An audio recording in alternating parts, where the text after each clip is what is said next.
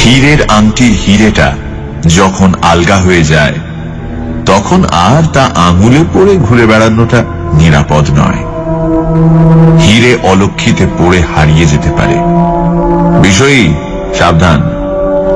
ক্ষেত্রমোহনের আংটির হীরে অনেকদিন আগেই হারিয়ে গিয়েছিল। শোকটা সে সহজেই কাটিয়ে উঠতে পেরেছিল এবং একটা নকল পাথর দিয়ে কাজ চালিয়ে নিচ্ছিল। অপরিচিত কেউ হয়তো হঠাৎ দেখে ভুল করতে পারত, কিন্তু যারা ওকে চিনত তাদের মনে কোনো মোহ ছিল না। ক্ষেত্রমোহন যে একজন ভদ্রবেশী মিষ্টভাষী জুয়াচোর তা তার স্ত্রী চপলা জানত।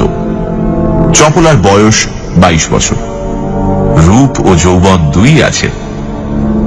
সন্তান হয়নি।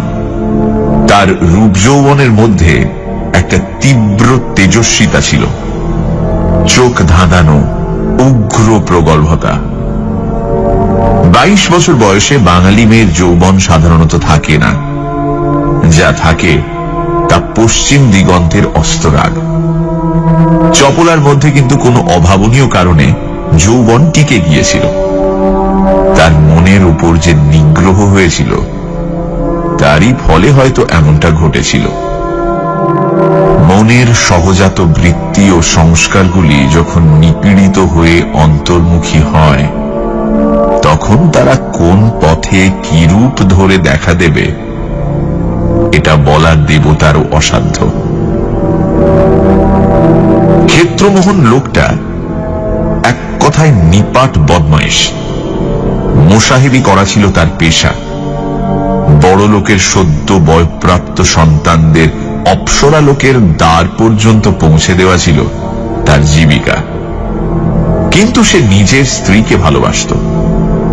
বেহুশ মাতালের পকেট থেকে মানিব্যাগ চুরি করতে তার বাধ্য না, কিন্তু সে নিজে মদ খেত না এবং অন্য মকার সম্বন্ধেও তার একটা স্বাভাবিক নিষ্পৃহতা ছিল। অপ্সরা লোকের দ্বার পর্যন্ত গিয়ে সে কিন্তু ফিরে আসত। শঙ্করাচার্য সত্যিই বলেছেন, এ সংসার অতীব বিচিত্র। চপলা যখন প্রথম স্বামীর চরিত্র জানতে পারে তখন ভয়ে বিস্ময়ে একেবারে অভিভূত হয়ে পড়েছিল। তারপর কিছুদিন কান্নাকাটির পালা চলল। ক্ষেত্রমোহন সস্নেহে যত্ন করে চপলাকে নিজের চারবাক নীতি বুঝিয়ে দিল। তারপর ক্রমে ক্রমে চপলা উদাসীন হয়ে পড়েছিল। তার মনে আর মোহ ছিল না। ট্রাম ঘষা সদর রাস্তার উপর একটি সরু বাড়ির দোতলায় গোটা 2 ঘর নিয়ে ক্ষেত্রর বাসা। শোয়ার ঘরের একটা জানালা বড় রাস্তার উপরেই। সেখানে দাঁড়ালে রাস্তা পরিষ্কার দেখা যায়। সেদিন বিকেলে চপলা সেই জানলার সামনে দাঁড়িয়ে রাস্তার দিকে তাকিয়েছিল। এমন সময় সিঁড়িতে জুতোর শব্দ শুনে ফিরে তাকালো। খুশি খুশি মুখে ক্ষেত্রমোহন ঘরে ঢুকল। ক্ষেত্রর বয়স 30, সুশ্রী, চটপটে, বাকপটু। সে হাসতে হাসতে চপলার পাশে এসে দাঁড়ালো, বলল, সব ঠিক করে ফেলেছি, আজ রাত্রিরেই, বুঝলে, গুদাম সাবার, মাল সাবার। চপলা তার মুখের দিকে চেয়ে হাসল, জল জলে চোখ ঝলসানো হাসি। চপলার কাছে ক্ষেত্রর কোনো কথাই গোপন ছিল না, বরং কেমন করে কার কাছ থেকে টাকা ঠকিয়ে নিল, কাকে মাতাল করে পকেট বুক থেকে নোট চুরি করলো, এসব কথা পুঙ্খানুপুঙ্খ রূপে চপলার কাছে বলতে সে ভালোবাসত। বেশ একটা আত্মতৃপ্তি অনুভব করত। এখন সে জানলার বরাত ধরে উৎসাহের সঙ্গে বলতে আরম্ভ করলো, তোমাকে একদিন বলিনি, এক নতুন ক্যাপ্টেন পাকড়েছি, বেশ শাঁসালো জমিদারের ছেলে, কলকাতায় ফুর্তি করতে এসছে। নরেন চৌধুরী নাম, থোড়ে পুকুরে একটা বাসা ভাড়া নিয়ে একলা আছে। তাই মাসখানেক ধরে খেলাচ্ছি। ছোড়ার বয়স বেশি নয়, 23-24, কিন্তু হলে কি হবে, এরই মধ্যে অনেক বুড়ো ওস্তাদের কান কেটে নিতে পারে। একেবারে আস্ত ঘুঘু।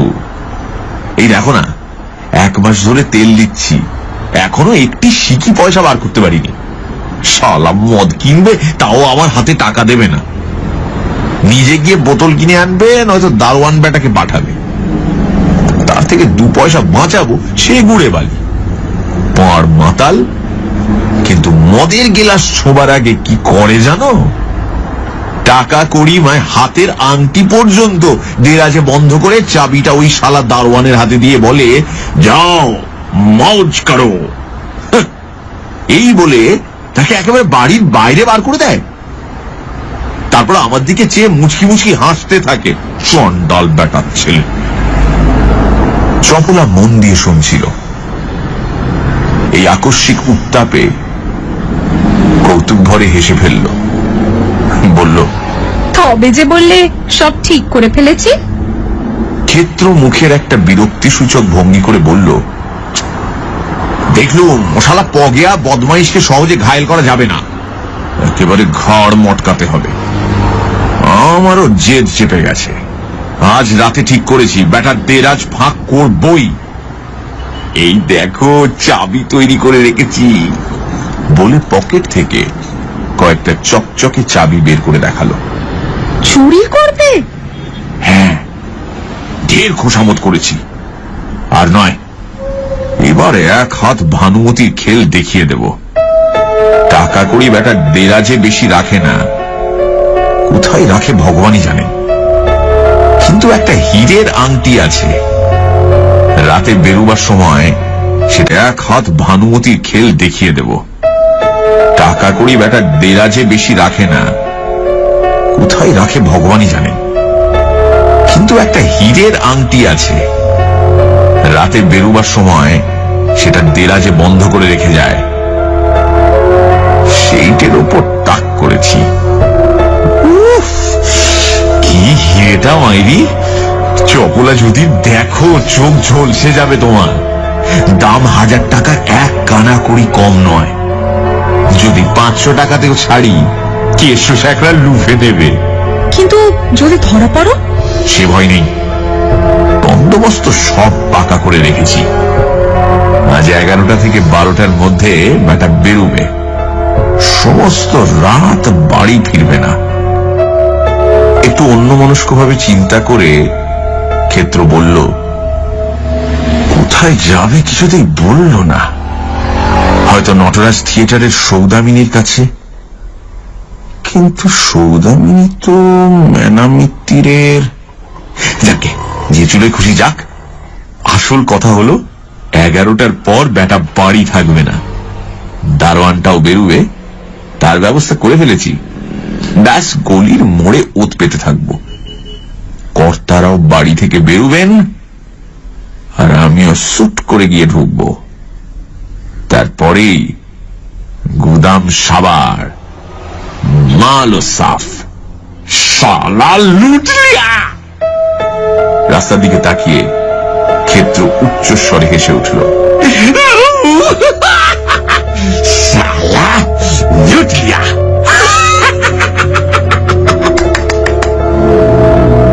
কিন্তু পরক্ষণে বেড়ালের মতো লাফ দিয়ে জানলার সামনে থেকে সরে এসে চাপা গলায় বলল, সরে এসো, সরে এসো, ও পাশে ফুটপাত দিয়ে যাচ্ছে। চপলা সরল না, বলল, কে? নরেন চৌধুরী, সরে এসো। কি দরকার? আমাকে তো আর চেনে না। তা বটে। তারপর ঘরের ভেতরের অন্ধকার থেকে উঁকি মেরে উত্তেজিত কণ্ঠে বলল, ওই ওই দেখতে পাচ্ছ? ওই ফর্সা মতো চেহারা, আরে গিলে করা আদ্দির পাঞ্জাবি, হাতে হরিণের সিংহের ছড়ি, উনি নরেন্দ্র চৌধুরী। হাতের আংটিটা দেখতে পাচ্ছ? পাচ্ছি। চপলা বাইরের দিকে তাকিয়ে হাসল। পড়ন্ত দিনের আলো তার মুখের ওপর পড়েছিল। মনে হলো যেন 1 রাশ হিরে ঝরে পড়ল। হিরেটার দাম কত বললে? 1000 টাকা। ক্ষেত্র বিছানার উপর গিয়ে বসল। বেশিও হতে পারে। এবার তোমার ঝুমকো গড়িয়ে দেবই, বুঝেছ? ওই কেষ্ট স্যাকরাকে দিয়েই গড়িয়ে দেব, সস্তায় হবে। অনেকদিন ধরে তোমায় বলে রেখেছি, রাস্তার দিকে দৃষ্টি রেখেই চপলা বলল, ক্ষেত্র জিজ্ঞাসা করল, চলে গেছে না এখনো আছে? চপলার ঠোঁটের উপর দিয়ে একটা ছোট্ট হাসি খেলে গেল। ক্ষেত্র তা দেখতে পেল না। চপলা বলল, মোড় পর্যন্ত গিয়ে আবার ফিরে আসছে। ফিরে আসছে? ক্ষেত্রর কপালে উৎকণ্ঠার ভ্রুকুটি দেখা গেল। তাই তো, আমার বাসার সন্ধান পেয়েছে নাকি? বেটা যেরকম কুচুটে শয়তান, তুমি সরে এসো। কি জানে। চপলা জানলা দিয়ে গলা বাড়িয়ে খানিক পরে সরে এসে বলল, চলে গেছে। যাক, তাহলে বোধহয় এমনি ঘুরে বেড়াচ্ছিল বলে ক্ষেত্র একটা স্বস্তির নিঃশ্বাস ফেলল। চপলা যেন অন্যমনস্কভাবে ক্ষেত্রর মুখের দিকে তাকিয়ে থেকে জিজ্ঞাসা করল, আচ্ছা, টাকার জন্যে মানুষ সব করতে পারে না? ক্ষেত্র এক গাল হাসল। পারে না? টাকার জন্য পারে না এমন একটা মানুষ দেখাও তো দেখি। খুন, জখম, জাল, জুয়াচুরি, আর দুনিয়াটাই তো চলছে ওই টাকার পেছনে। আর তাতে দোষী বাকি? টাকা না হলে কারুর একদণ্ড চলে। তবে আমি যে ব্যাটার ঘাড় ভাঙতে যাচ্ছি তার মধ্যে আমার অন্য স্বার্থও আছে। ব্যাটা আমাকে বড় হয়রান করেছে। যেমন করে হোক ওর ওই আংটি গপ করবই। আলস্য ভরে দুই হাত মাথার উপর তুলে চপলা গা ভাঙল। তারপর বলল, যাই, চুল বাঁধিকে। সানডে সাসপেন্স, শুধুমাত্র রেডিও মির্চি 98.3 FM এ। It's hot. গল্পের পরবর্তী অংশ ব্রেকের পর।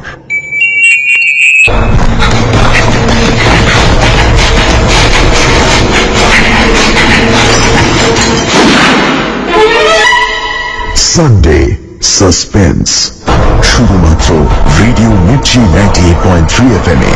It's hot. সানডে সাসপেন্সে আজ শরদিন্দু বন্দ্যোপাধ্যায়ের লেখা আংটি। ক্ষেত্রমোহন একজন পাকা জুয়াচোর। বড়লোক ছেলেদের উচ্ছন্নে পাঠিয়ে তাদের সর্বশ্রান্ত করাই ছিল তার পেশা। তার স্ত্রী চপলা সে কথা জানত। নরেন চৌধুরী নামে একটি ছেলেকে ক্ষেত্রমোহন বেশ কিছুদিন ধরে ঘায়েল করার চেষ্টা করছিল। কিন্তু মাতাল হলে কি হবে? নরেন টাকা পয়সা এবং তার হীরের আংটি সম্পর্কে খুবই সাবধানী। ক্ষেত্র তার স্ত্রীকে বলল, অনেক হয়েছে, আর নয়। সেই রাতেই সে নরেনের হীরের আংটি হাতাবে। সব ব্যবস্থা সে করে ফেলেছে। এমন সময় রাস্তায় ফুটপাত দিয়ে নরেন চৌধুরী হেঁটে যাচ্ছিল। তাকে দেখে জানলা থেকে চপলাকে সরে আসতে বলল ক্ষেত্র।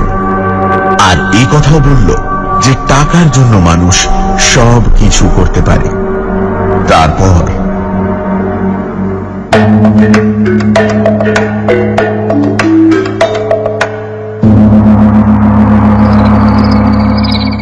রাত 10:30টার সময় ক্ষেত্র গলির মোড়ে এসে দাঁড়ালো। ঠিক সামনে দিয়ে ফোড়ে পুকুরের রাস্তা পূর্ব পশ্চিমে চলে গেছে। গলির মুখ যেখানে গিয়ে তার সাথে মিশেছে সেখানে একটা কাঠের আড়ত আছে। সেই আড়তের গা ঘেঁষে দাঁড়ালে সহজেই পথচারীর দৃষ্টি এড়ানো যায়। রাস্তার গ্যাস কাছাকাছি নেই। এখান থেকে নরেন চৌধুরীর বাসার সদর বেশ দেখা যায়। বড়জোর 20 গজ। রাস্তার উপরেই দরজা। দরজা খুললে ভেতরে একটা ছোট গলি। গলির দুধারে দুটি ঘর। রাস্তার উপরেই বাইরের দিকে জানলা আছে। ক্ষেত্র দেখল পাশের একটা ঘরে আলো জ্বলছে। এটাই আসল ঘর। ঘরে একটা সেক্রেটারিয়েট টেবিল আছে। সেই টেবিল আসল ঘর। ঘরে একটা সেক্রেটারিয়েট টেবিল আছে। সেই টেবিলের ডান দিকের দেরাজে ক্ষেত্র পকেটে হাত দিয়ে দেখল চাবি ঠিক আছে। সে মনে মনে হিসেব করল, কাজ শেষ করে বাইরে আসতে মিনিট 10 বেশি সময় লাগবে না। তার হাত নিষ্পিস করতে লাগলো। একটা স্নায়বিক অধীরতা তার শরীরকে চঞ্চল করে তুলল। লোকটা কতক্ষণে বাড়ি থেকে বেরোবে? ক্ষেত্র বিড়ি ও দেশলাই বার করল। বিড়িতে ফু দিয়ে ঠোঁটে ধরিয়ে দেশলাই জ্বালতে গিয়ে সে থেমে গেল। না, কাজ নেই। গলিতে লোকজনের যাতায়াত বন্ধ হয়ে গেছে বটে, কিন্তু গলির দুধারে বাড়ি। কে জানে, যদি কেউ দেশলাইয়ের আলো দেখতে পায়। ধূমপানের সরঞ্জাম ক্ষেত্র আবার পকেটে রেখে দিল। হাতে ঘড়ি ছিল।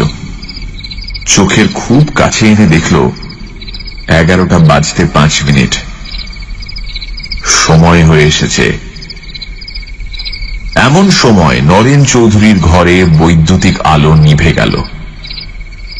ক্ষেত্র নিঃশ্বাস বন্ধ করে এক দৃষ্টে সদর দরজার দিকে তাকিয়ে রইল। তারপর আস্তে আস্তে নিঃশ্বাস ছাড়ল।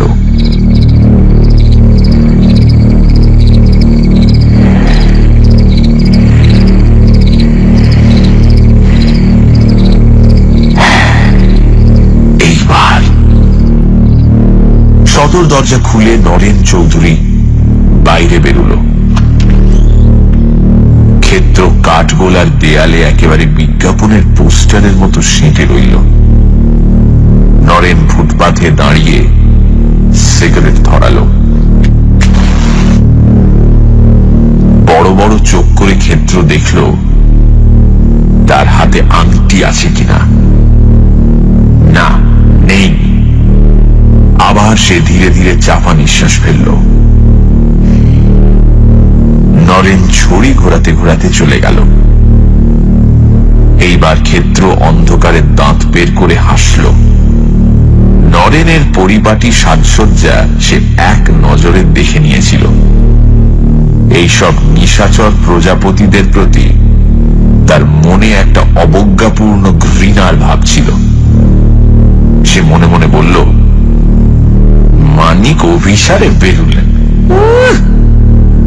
কোন একজন স্ত্রীলোক একে একেবারে শুষে শেষে ছোবড়ার মতো দূরে ফেলে দেবে, এটা ভেবে সে মনে বড় তৃপ্তি পেল। করুক করুক, সোনার চাঁদকে একেবারে উলঙ্গ করে ছেড়ে দিক। কিন্তু এদিকে দারোয়ানটা এখনো বের হচ্ছে না কেন? খোট্টাটার আবার কি হলো? ভাঙ খেয়ে ঘুমিয়ে পড়ল না তো? আরো খানিকক্ষণ অপেক্ষা করে ক্ষেত্র ঘড়ি দেখল, 11:15। তাই তো, কি হলো? দারোয়ান আগে বেরিয়ে যায়নি তো? তাহলে নরেন দরজায় তালা লাগিয়ে যেত। তবে দারোয়ানটা কি সত্যি ঘুমিয়ে পড়ল নাকি?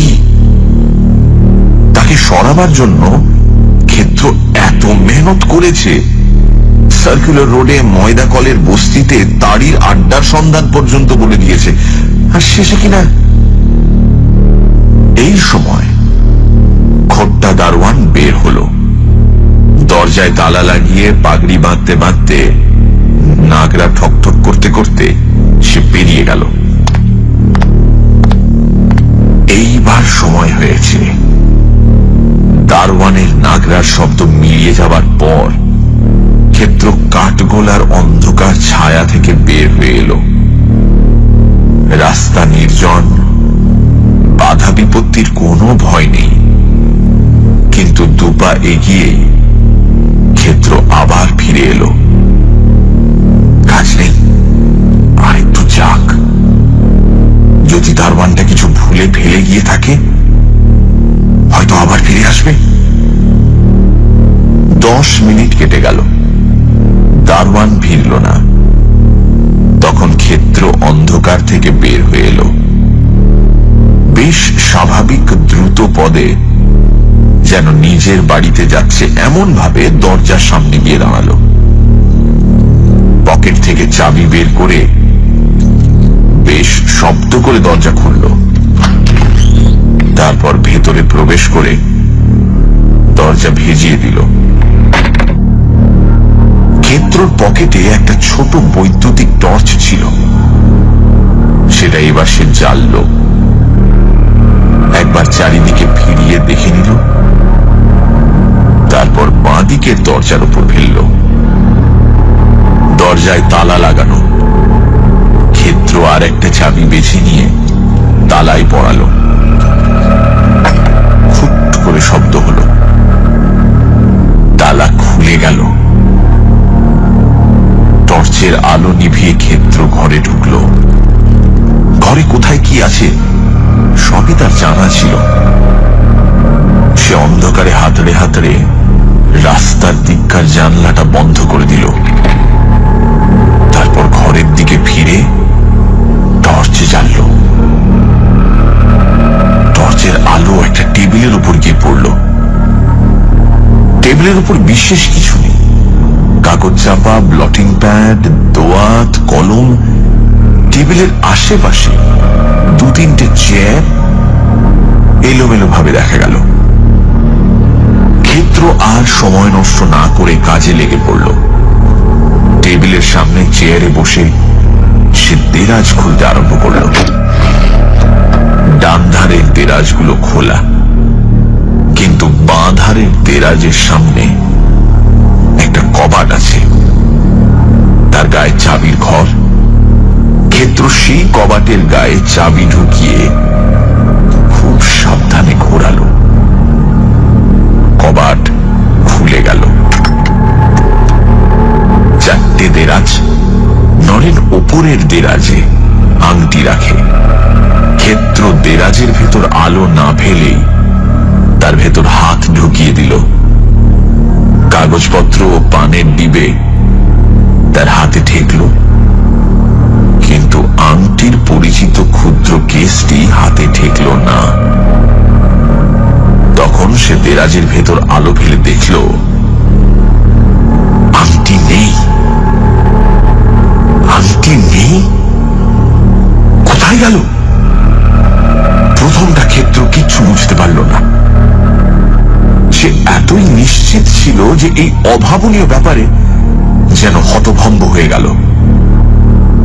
তারপর তার বুকের ভেতরটা দূর করে উঠল। তবে কি? সে সভয়ে একবার ঘরের চারপাশে চাইল। টর্চটা ঘরের কোণে কোণে ফেলে দেখল, না, কেউ তো নেই। সে ভয় করছিল নরেন তাকে ধরবার ফাঁদ পেতেছে। তা নয়, হয়তো আংটিটা দ্বিতীয় দেরাজে আছে। মেঝেই হাঁটু গেড়ে বসে ক্ষেত্র দ্বিতীয় দেরাজটি খুলল। একেবারে শূন্য, তাতে একটা আলপিন পর্যন্ত নেই। তৃতীয় দেরাজ, সেটাও শূন্য। চতুর্থ দেরাজও তাই। ক্ষেত্রর কপালে ঘাম ফুটে উঠল। নেই, কিচ্ছু নেই। আংটি তো দূরের কথা, একটা পয়সা পর্যন্ত নেই। আলো নিভিয়ে অন্ধকার ঘরে ক্ষেত্র কাঠ হয়ে দাঁড়িয়ে রইল। আবার তার বুক ধকধক করতে লাগল। নরেন নিশ্চয়ই সন্দেহ করেছিল, তাই তাকে ঠকাবার জন্য। কিন্তু না, নিশ্চয়ই আছে। হয়তো তাড়াতাড়িতে নরেন ডান দিকের খোলা দেরাজেই আংটিটা রেখে গেছে। ক্ষেত্র আবার আলো জেলে ডান দিকের দেরাজগুলো খুঁজতে লাগলো, কিন্তু কোনোটাতেই কিচ্ছু পেল না। কতগুলো মদের বিজ্ঞাপন, স্ত্রীলোকের ছবি, গোটা কয়েক অশ্লীল বিনীতি উপন্যাস। এতক্ষণে ভূতের মতো একটা ভয় ক্ষেত্রকে চেপে ধরল। তার মনে হলো শূন্য বাড়িখানা তার চুরির ব্যর্থ প্রয়াস দেখে নিঃশব্দে অট্টহাসি করছে। এই ঘর ক্রমশ ছোট হতে হতে তাকে চেপে ধরবার চেষ্টা করছে। সে ধরা পড়ে গেছে।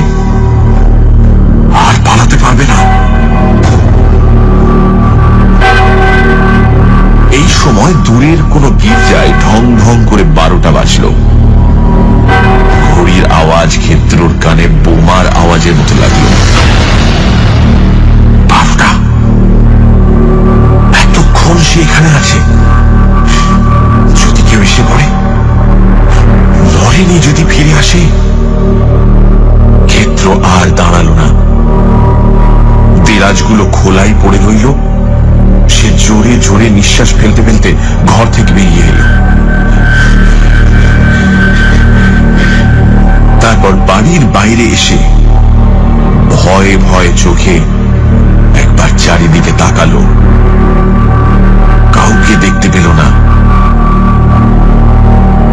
পাড়া পুরো নিস্তব্ধ।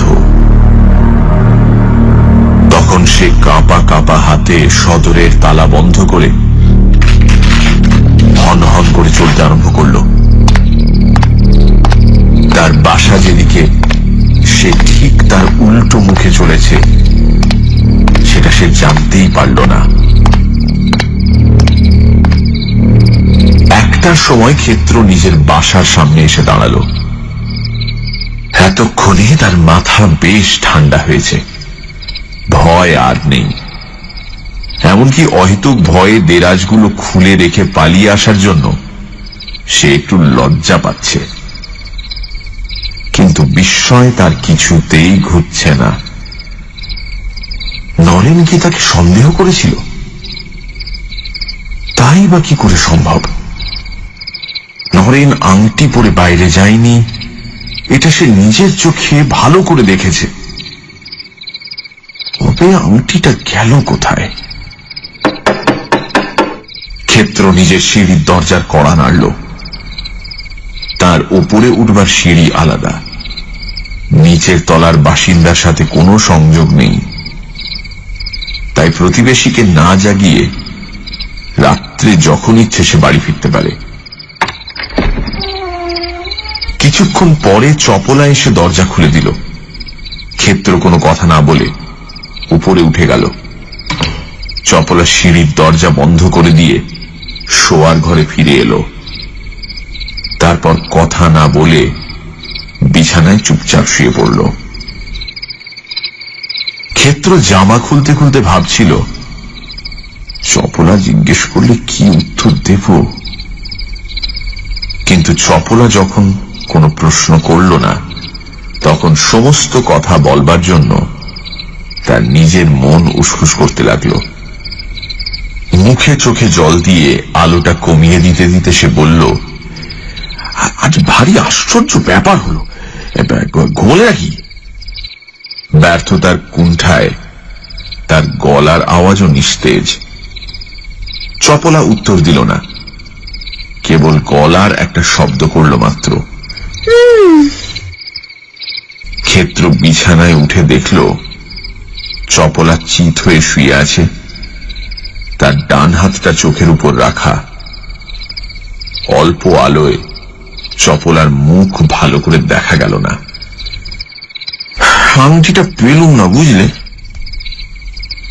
চপলার কাছ থেকে কোনো সাড়া এলো না। সে ঘুমিয়েছে কিনা দেখবার জন্য ক্ষেত্র তার মুখের কাছে মুখ নিয়ে গেল। জেগে আছো না ঘুমলে? চপলার চোখের উপর হাতটা একটু নড়ল। সঙ্গে সঙ্গে তার আঙুলের উপর আলো ঝিকমিক করে উঠল।